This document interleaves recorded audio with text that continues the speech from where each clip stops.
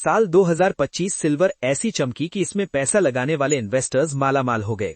Silver वो धातु जिसे सदियों तक सोने की छोटी बहन समझा गया, आज green energy, EV, 5G data centres और डिफेंस टेक्नोलॉजी की रीढ़ बन चुकी है।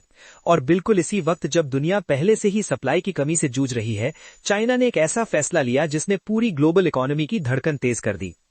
1 जनवरी साल 2026 से चाइना से होने वाले हर एक सिल्वर एक्सपोर्ट के लिए सरकारी लाइसेंस अनिवार्य होगा।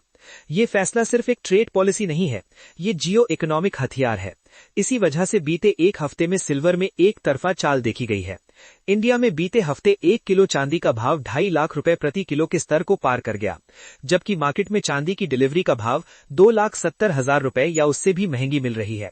एक हफ्ते में चांदी का भाव 20% के ऊपर चढ़ा है, एक महीने में 42% और 6 महीने में 109% का रिटर्न दिया है। साल 2025 में अब तक सिल्वर का भाव 180% तक चढ़ चुका है। सिल्वर में इस तरह की रैली की किसी को उम्मीद नहीं थी।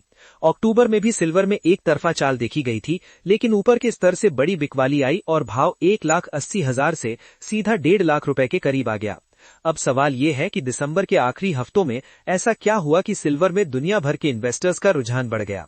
इसके पीछे सबसे बड़ी वजह है चाइना की सिल्वर को लेकर ट्रेड पॉलिसी। चाइना के लाइसेंसिंग रूल्स से सिल्वर की कीमतों में तेज उछाल देखा गया है।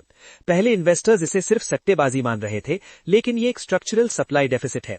चाइना से सिल्वर एक्सपोर्ट करने के लिए अब लाइसेंस लेना होगा। इसका मतलब है सरकार तय करेगी चांदी किसे मिलेगी, कितनी मिलेगी और कब मिलेगी।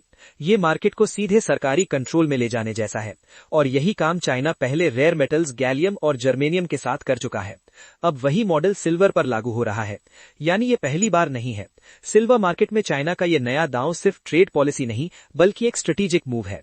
सिल्वर दुनिया का मोस्ट इलेक्ट्रिकली कंडक्टिव मेटल है, इसी वजह से इसका इस्तेमाल सोलर एनर्जी, इलेक्ट्रिक व्हीकल्स यानी EV, battery management, charging system, power electronics, 5G data centres, high speed signal transmission, server connectivity, medical devices, missiles और रडार सिस्टम्स के लिए होता है।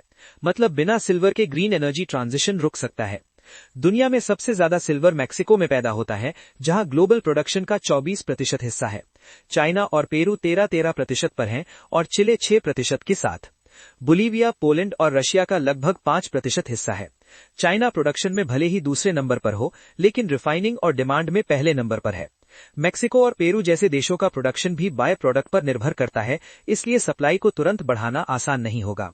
एक्सपर्ट्स मानते हैं कि सप्लाई जल्दी नहीं सुधरेगी, नई माइंस तैयार होने में सालों लगते हैं और डिमांड लगातार बढ़ रही है। इसी वजह से साल 2026 की शुरुआत में ही सिल्वर में वॉलेटिलिटी रह सकती है, लेकिन ओवरऑल ट्रेंड ऊपर की तरफ जा सकता है। आपका इस पर क्या कहना है? कमेंट सेक्शन में लिखकर जरूर बताइए। मिलते हैं अगले वीडियो में, तब तक के लिए बने रहिए हमारे साथ।